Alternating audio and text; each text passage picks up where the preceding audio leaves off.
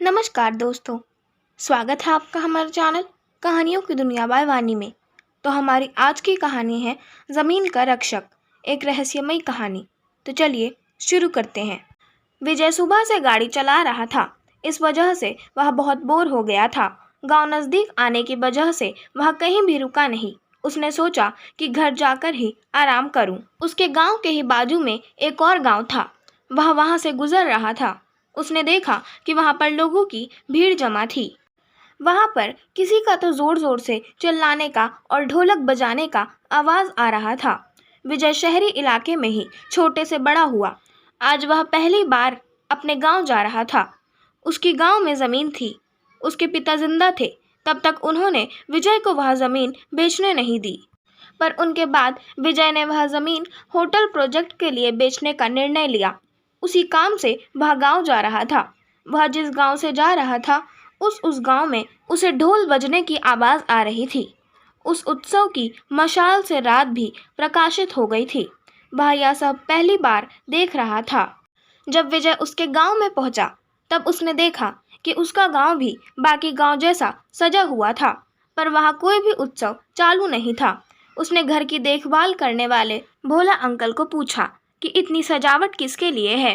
तभी अंकल ने बताया कि कल गांव में भूत कोला होने वाला है, उसी की ही तैयारी है। अंकल उसे कुछ बताने वाले थे, पर विजय उनका कुछ भी सुनने के मूड में नहीं था। वह बहुत थक गया था, इसलिए वह सो गया। जब सुबह हो गई तब होटल प्रोजेक्ट के आदमी उसे मिलने के लिए उसके घर आए। विजय ने उनको उसकी ज़मीन दिखाई। डील फाइनल हो गई।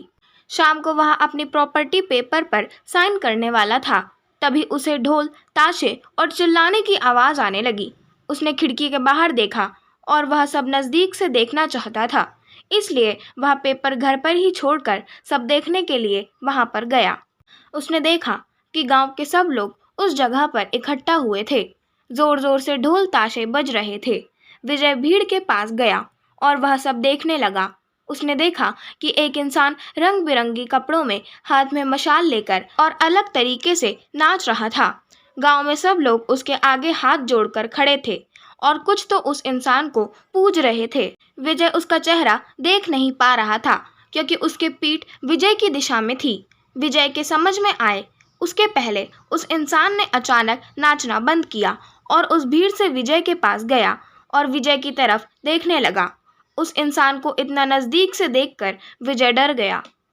उस इंसान के चेहरे पर पीले रंग लगाया हुआ था, शरीर पर अलग अलग जेवर और सिर पर जंगली जानवरों का मुखौटा था। यह सब उस इंसान को अलग दर्शा रहा था। वह इंसान विजय को बहुत देर तक देखता रहा और अचानक वह विजय की तरफ देखकर जोर से चिल्लाया। उसकी आवाज़ सुनकर विजय डर गया। क्या करूं, उसे समझ नहीं आ रहा था। तभी वो इंसान जंगल की दिशा में भाग गया। उसके जाने के बाद गांव वाले विजय की तरफ आए। विजय को उनके चेहरे पर अलग ही डर दिखा। वह सब डरे हुए थे। सब लोग विजय को सावधान रहने को बोल रहे थे। उसके साथ कुछ तो महाभयंकर होने वाला था, पर विजय को यह सब गांव वालों की व्यर्थ बातें और अंधश्रद्धा लग रही थी। वह वहां से सीधे उसके घर गया और पीछे पीछे उसके अंकल आए। वह बहुत डर गए थे। वह विजय को बोले, जो अभी तुम्हारे पर चिल्लाया वह पंजूरी भगवान थे, जो गांव के लोगों की और उनकी ज़मीन की रक्षा करते हैं और सभी विपत्तियों से लोगों की रक्षा करते हैं। वह हर साल भूत कोला में आकर गांव वालों की अड़चन को दूर करते हैं और उनके आने के आनंद से हम यह उत्सव मनाते हैं। अंकल विजय को बोले कि वह तुझ पर चिल्लाए, मतलब तुम जो ज़मीन होटल के लिए बेच रहे हो उसके विरोध में पंजूरी भगवान है। यह सब सुनकर विजय जोर जोर से हंसने लगा। अंकल विजय को समझा रहे थे कि तुम अगर पंजूरी भगवान के विरोध में जाकर यह ज़मीन बेची तो तुम्हारी ज़िंदगी को धोखा हो सकता है। अंकल का यह बोलना सुनकर विजय रूम में जाकर प्रॉपर्टी पेपर लेकर उन पेपर पर साइन करके सोने के लिए चला गया। विजय गहरी नींद में था। नींद में उसे एक आवाज़ सुनाई दी। वह आवाज़ वैसी ही थी जो उसने शाम को भूत कोला में सुनी थी, पर इस वक्त वह आवाज़ किसी की रोने की थी। विजय डर गया। वह उस आवाज़ का पीछा करने लगा, लेकिन उसे दूर दूर तक कोई नहीं दिख रहा था।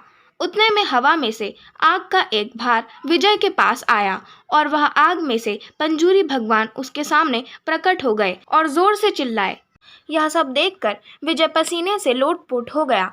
वह भागकर उसके गाड़ी में बैठा और वह गांव छोड़कर जाने लगा।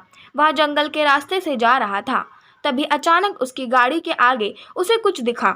वह देखकर वह पूरी तरह सुन्न हो गया। उसकी गाड़ी के आगे सोने के दार और सोने का हार पहने वाला एक जंगली सुअर उसके गाड़ी के आगे खड़ा था।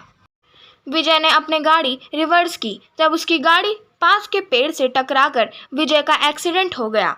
जब वह होश में आया, वह हॉस्पिटल में था। उसके पास उसके अंकल बैठे थे।